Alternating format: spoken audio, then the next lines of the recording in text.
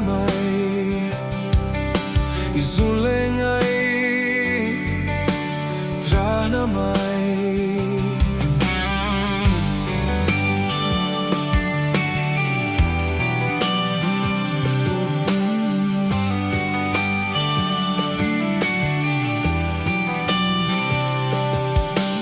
Nun Khaw Har buai na mai izule ngei trana mai ite lau chuan ring nun hi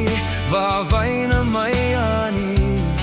ke katan suni are zan khua sei katin lai ri la ni khat liam nge na ngai hian cho lang ka wai zau ta do na sei lung lam ka vai ru ai e o khoi ang e om le sun ngai fam tur min nem ro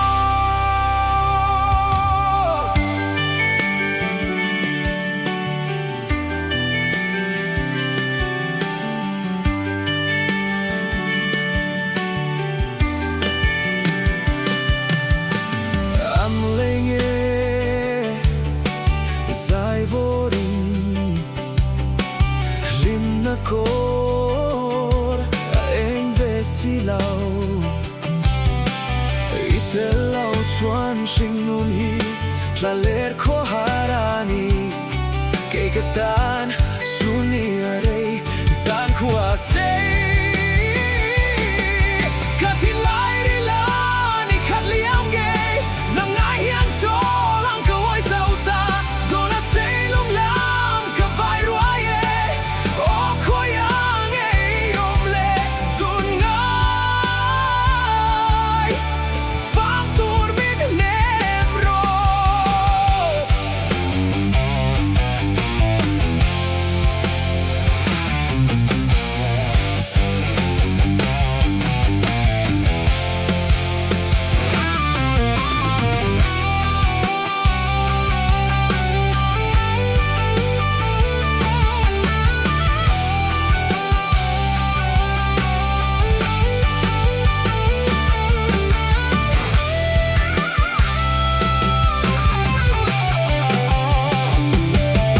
katin lai ri la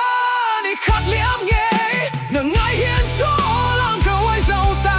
do na sei lung lam ka vai ru ai e o khoi ang e om le sun ngai fam tur min nem ro Nun Khaw Har buai na mai izule ngei trana mai